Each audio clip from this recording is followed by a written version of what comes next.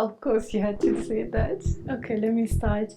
I think for me, gender roles is really an expectation from society um, that male and female are supposed to behave a certain way, um, in a way that up until now society has deemed reasonable. I think if I could give examples, we in gender roles we are used to the narrative that says that a man has to protect, has to provide, and whereas a woman is seen to be someone that needs to nurture, that needs to care for a family. So yeah, that's how I would personally define gender roles. Yeah. So yeah, I think from my side, gender roles,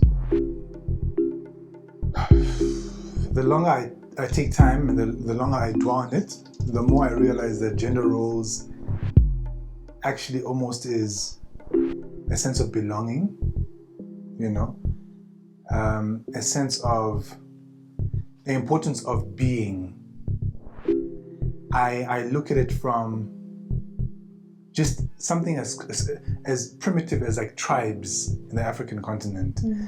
There were very strict responsibilities and roles that almost gave you that stamp of approval on both the male and the female side of things. And I just feel that gender roles have really like turned on their head.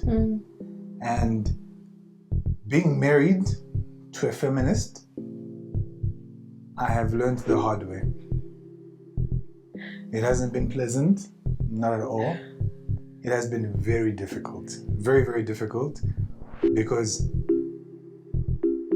I know the role my mom played, which is the nurturer. I know the role my dad played as a provider. And I always felt that that in itself was going to define my life ahead until I met my wife.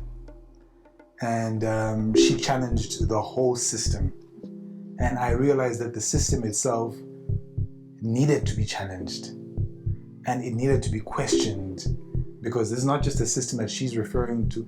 This is also like a system that I've always been grown in when it comes to church. There are strict to-dos for each different gender role. And that in itself has,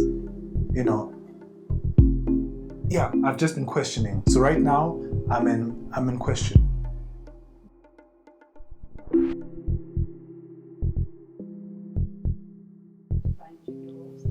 I don't think it is important, but I must say that I'm also, as much as he is referring to me as a feminist, I am on a journey to understand and learn and grow into being a feminist, right? And the reason, there's a book that I read from Chimamanda, We Should All Be Feminist, and which was like a summary of her TED Talk, right?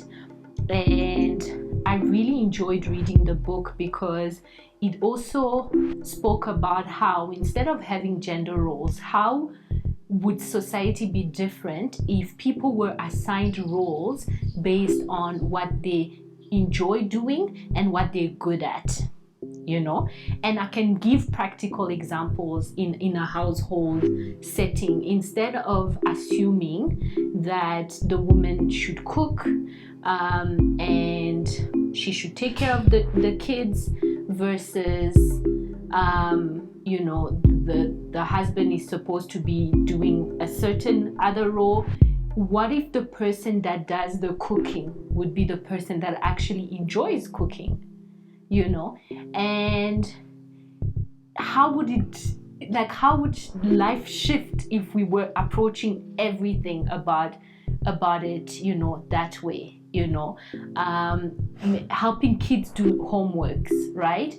Why should it be a certain person in a relationship? Maybe one enjoys more than the other to teach, or playing with the kids, or doing this, etc. So just the approach of saying, instead of it being driven by gender, it should be based on people, gifts, people interest, and let's live a life like that. So I'm starting to abide by that, but obviously it doesn't come with its own sets of challenges. The reason why I'm saying I'm growing into that is I also find myself oftentimes being conflicted. So yes, I want us to be seen as equal,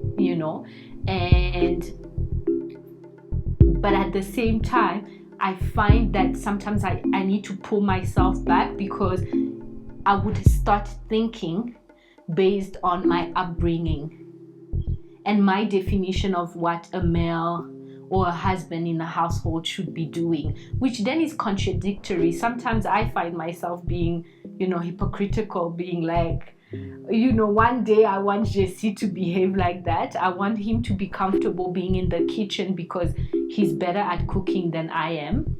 But then the next day, when he's not doing something that I saw my dad do growing up, I get annoyed.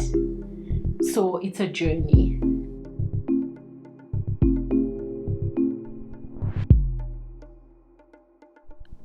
Growing up already, I feel like my brother and I were always told we could do the same things.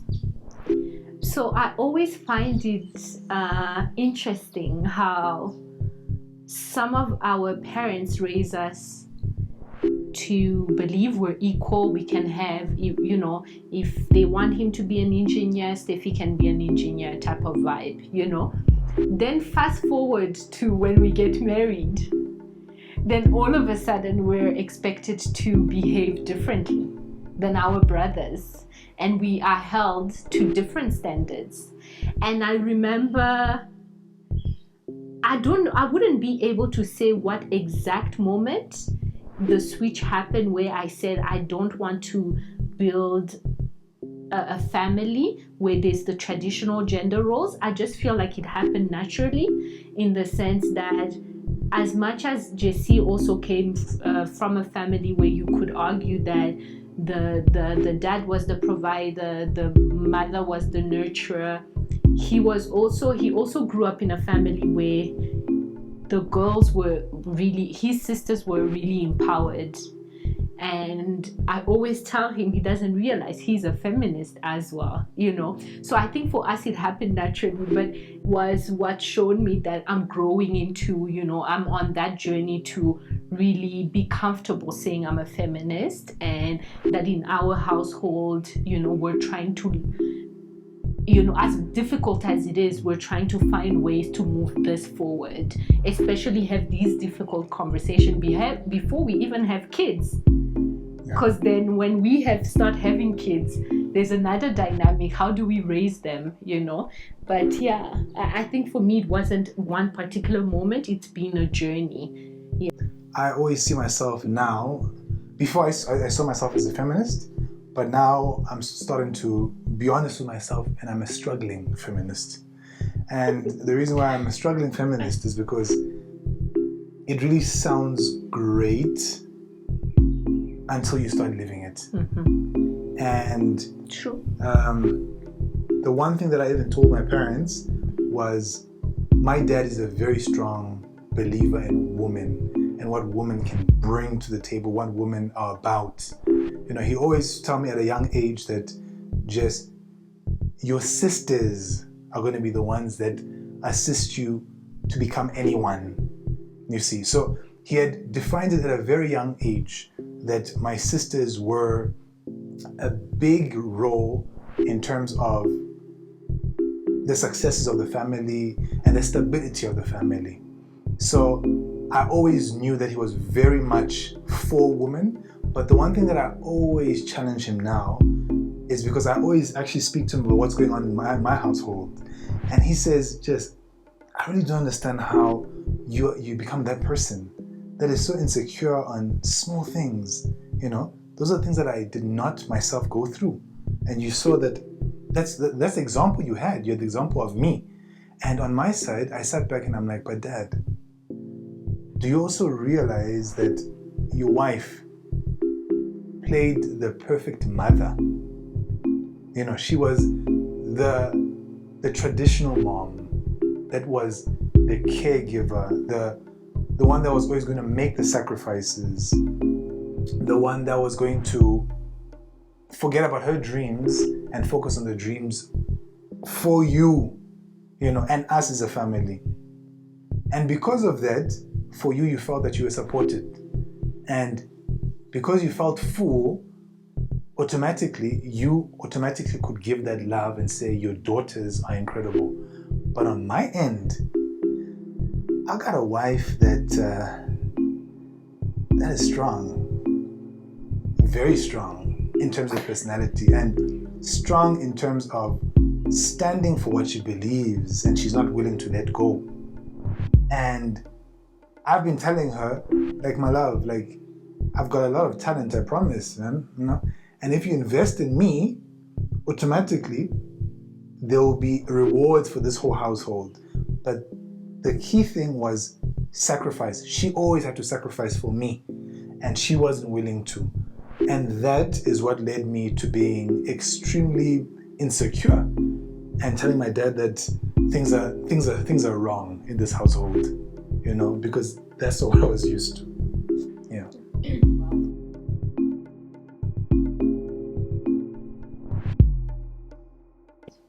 We can. So I personally would say that I definitely don't think it should exist in going into 2021 or forward.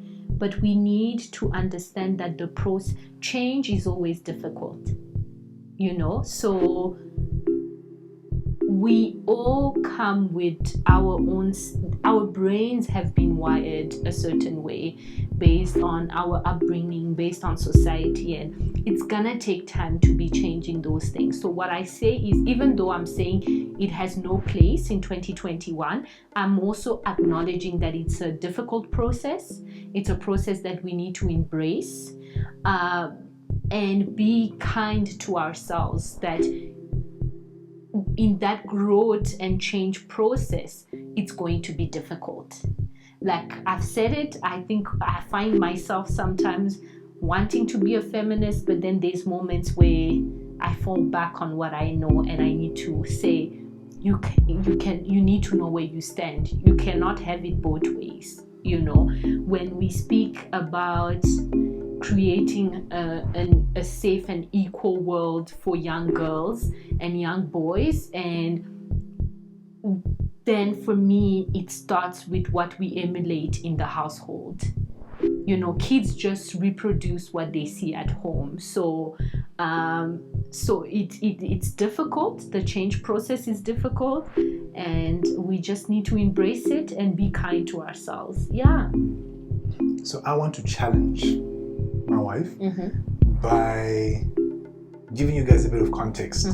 So earlier, when you were speaking about just roles, yes.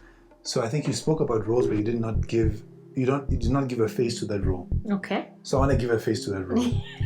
So when she was saying cooking, I love cooking. I enjoy cooking. I like eating good food. And because I like good food, I spend a lot of time in the kitchen. Yeah. Now, that's something that used to fill me with pride, you know? I can cook. Until I got married. And then I realized that cooking wasn't a choice no more. You know? Cooking was actually, it was a chore. Like Steffi would come back and she'd be like, what are we having for dinner? And for me, you know, initially I used to take it like it was a nice thing, like, you know, let me prepare something nice for her. But then one thing I started realizing is cooking on its own becomes an issue when you're not stable in other parts of your life. Like when I was cooking, I didn't have a stable job. And because I didn't have that stable job and that stable income, I almost felt like that cooking was like a secondary, like job for me. And it was like, just because I'm working for us. But that's not how I said no, it. It's not how you said it, not at all. But it's how I felt. Okay. You see, it's the feeling behind it. Okay. So it's not necessarily how you said it. You were just like, babes, you love cooking. What are we having for dinner? And the first few weeks were great. But like it gets to like a month or two after, and then you're just like, I'm not gonna cook anymore. But you know why I'm saying it's not related to the job? I always used to tell Jess that growing up, so when we moved to Canada, so my mom used to travel to go see my dad in Ethiopia, and she would leave us at home, all 5 siblings, right? And my brother is the only boy at home, but he would cook for us. He was so I think for me, I just did it naturally, thinking, because growing up, Carl, my brother, was the one who enjoyed cooking, because like Jesse, he likes eating good food, but none of us enjoyed cooking, the other 4 girls, but the 2 were very young. But let's say me and my other sister Leslie, we've never enjoyed cooking. So then he would cook, we would clean the dishes. But we were all working. We went to school full time, and some of us were working part time. So I don't think for me it was even a matter of Jesse is currently not working in this period, I'm the one working, then because of that he has. I think for me it just came naturally, because that was again what I was used to, the 100%. Environment in which I came from. The boy cooked because he enjoyed cooking, we didn't. He didn't enjoy doing the dishes, so we did it. That Perfect. Was his rule. And the beautiful thing is what you're saying is like a lived experience, like a positive experience. Yes. But I'm also speaking about my experience. Yes. And my experience was cooking was very enjoyable when life was stable. The moment you take that stability away, I hear you. That action that used to be filled with love starts becoming a chore. Yeah. So when we're speaking about in 2021, that gender role, it falling away, I almost say that's an idealistic way of looking at things. Okay. The realistic way is, in most cases, you want a guy still who's going to take care of you.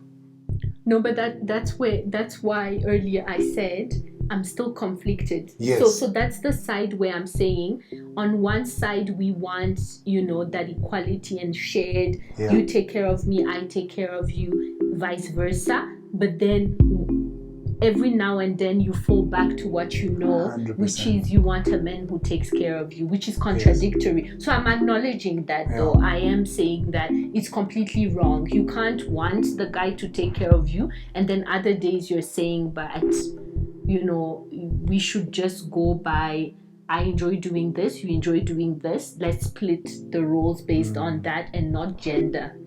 So I hear you, and that I'm fully conscious I do that very often, but I'm saying it's the process of knowing when you're doing that and saying, Steffi, it's wrong. 100%, yeah.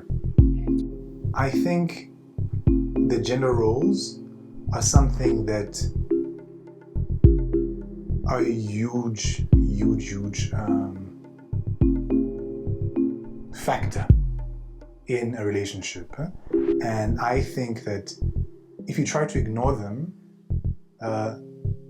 things can get very bad very quickly. Yeah. So from our side, we discuss it in great detail.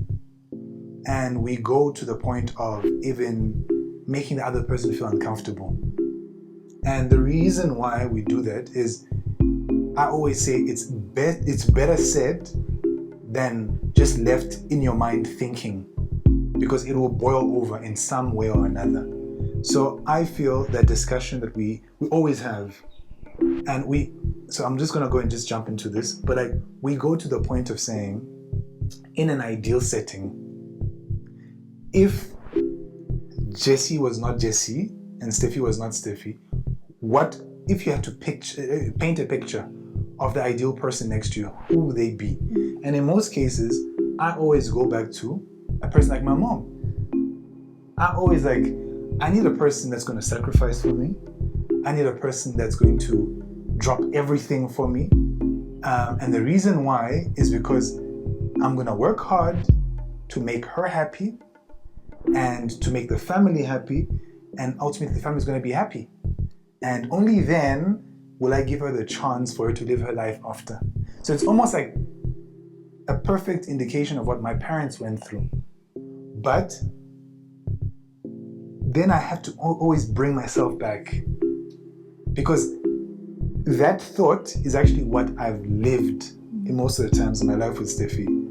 I've always punished her for her being her.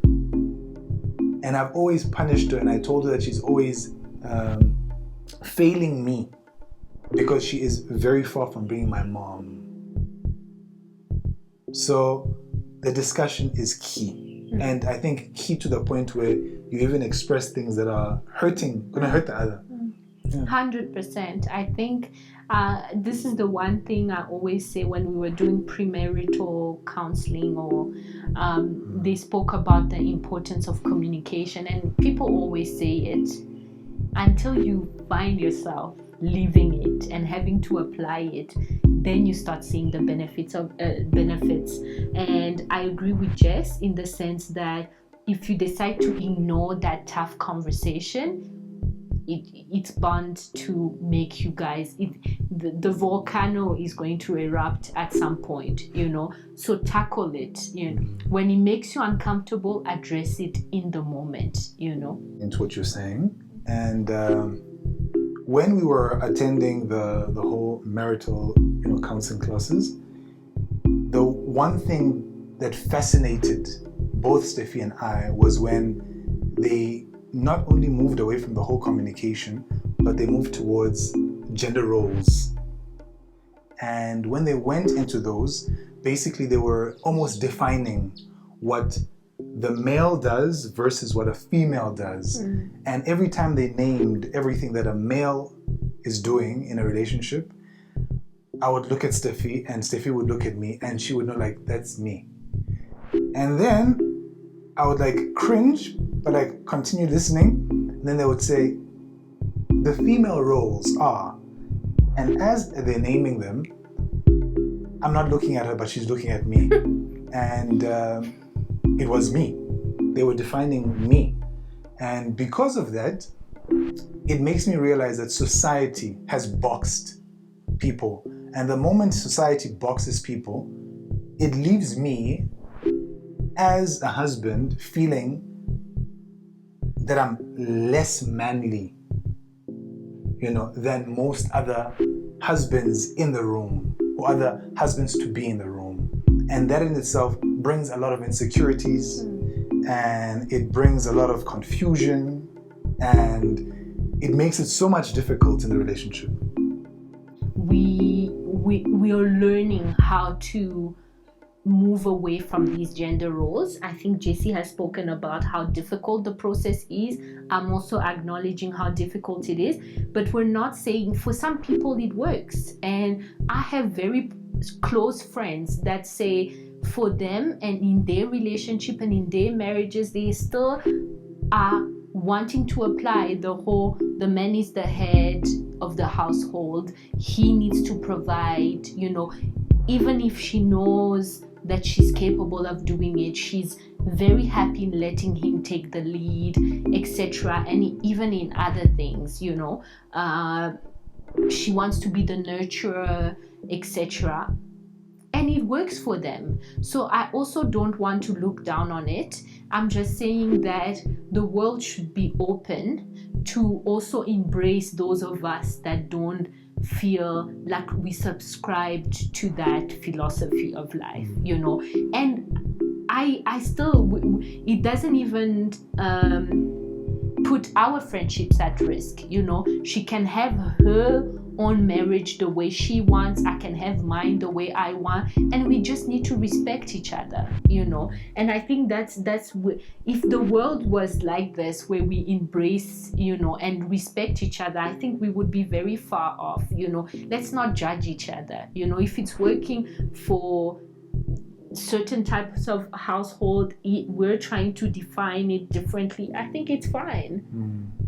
So I think, like, just to add what you're saying is, on my end, I think it's a whole journey. It's like, for what we're going through right now, if a person has to still come to me and ask me, what do I want?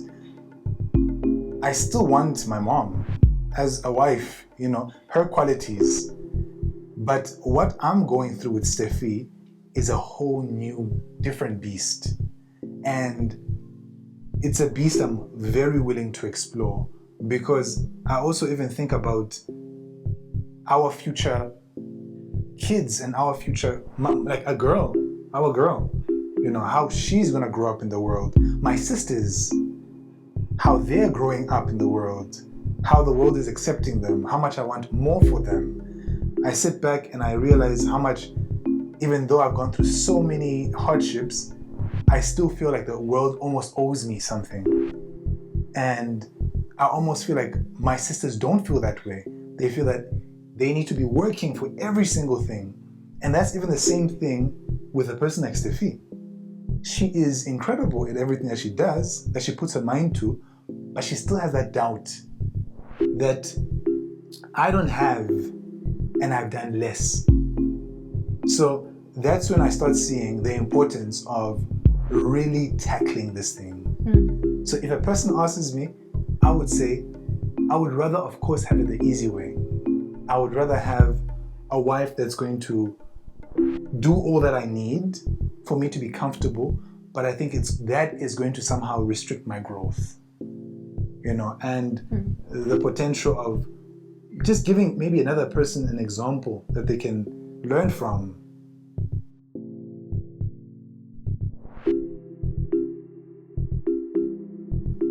As we approach the future, I want to first speak to a person that's like close, like a person like my wife.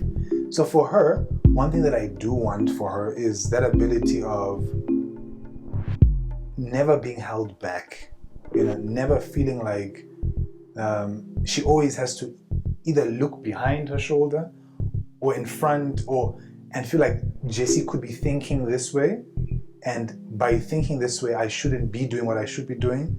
I want to get to a place where she's so comfortable and so at ease at whatever she wants to achieve, that the one thing that will never cross her mind is, what is Jessy thinking?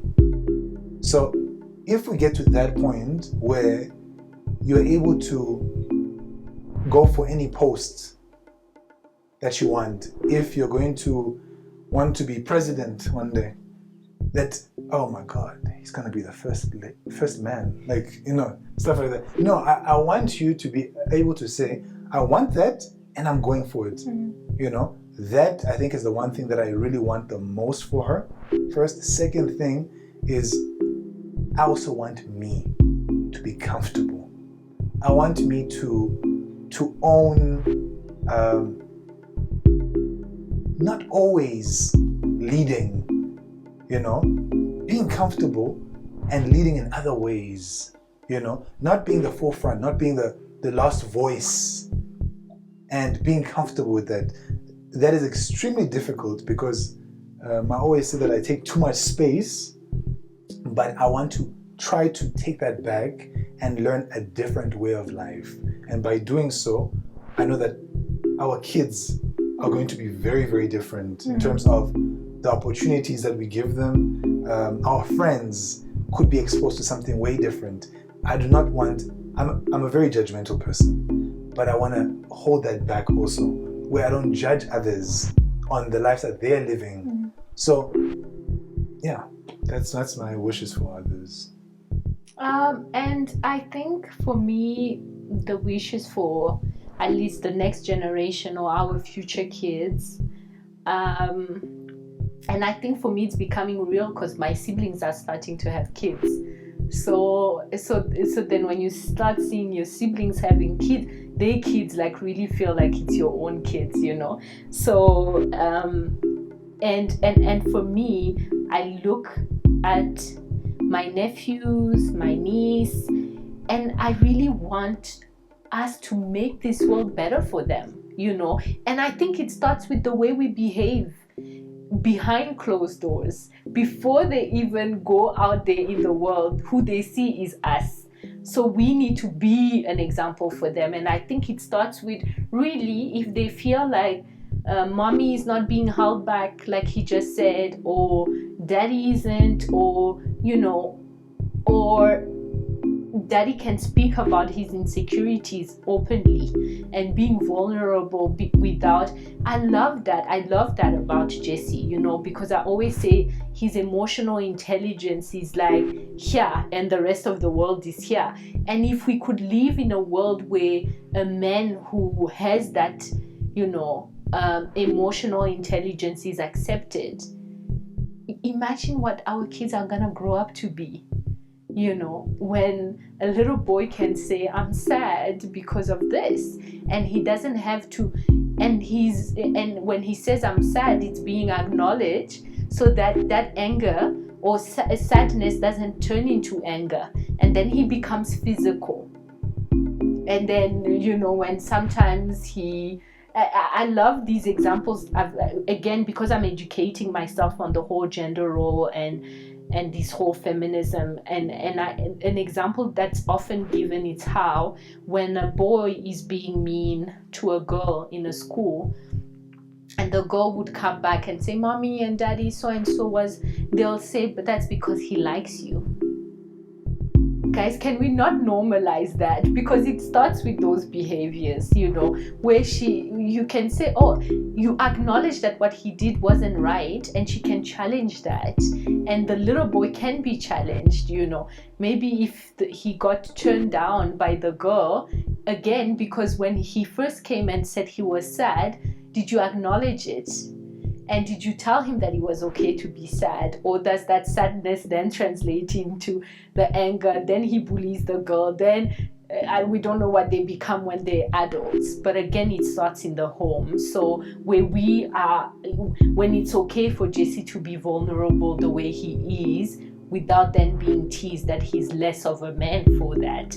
So yeah, I think it starts with us and this transformation we are doing, and I'm pretty sure it's gonna lead to kids that are very good in in being who they are without being defined by their gender. Yeah. At least at that age, I heard a lot of people always say it's a white people type of disease or challenge, as black people,